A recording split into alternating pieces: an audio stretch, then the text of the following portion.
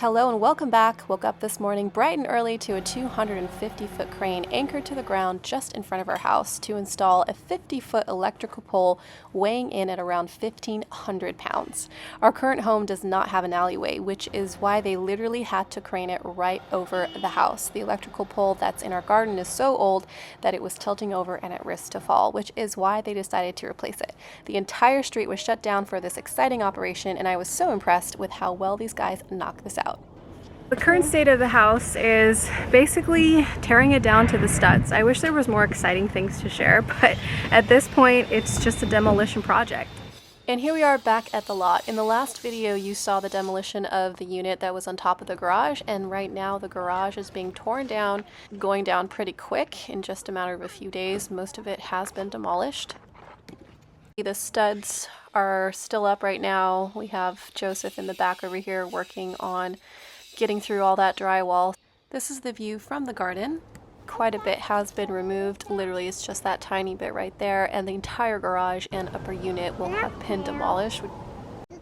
And over here you can see the condition of the roof, literally just down to the wood framing, ready to be demolished. It was a 2-car, kind of like an awkward 3-car garage, but it was really a lot smaller. Garage door. That's the garage door. Yeah, what happened to it? We were actually quoted $15,000 for this project, so the removal of the garage, the upper unit, and the foundation. So we'll let you know how much it ends up costing us once we're done. Okay, careful, there are nails on the ground. Can't look in here, Mom. Can't look in here. Jump.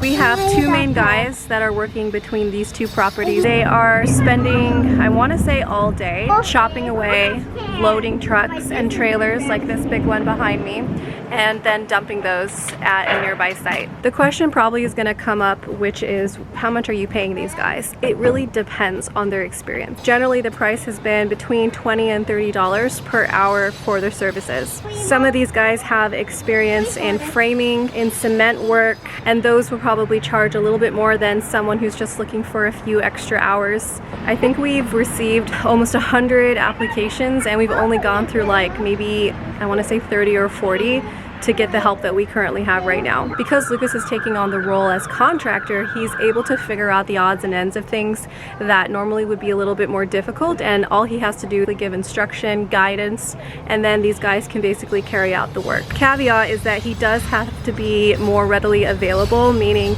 he has to be on site multiple times, which makes it a little bit more challenging.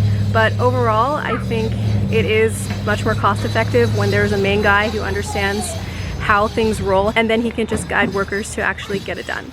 Update on the electrical pole. They were still working on it when we got home. They had already removed the old one and were installing the new one. We're also in the middle of getting plans approved for the new garage and the new upper unit. So that's pretty much it for now for this 1950s fixer-upper. As soon as we get a little bit more exciting things, I'll be sure to share. Thanks so much for watching, and we'll see you guys in the next video.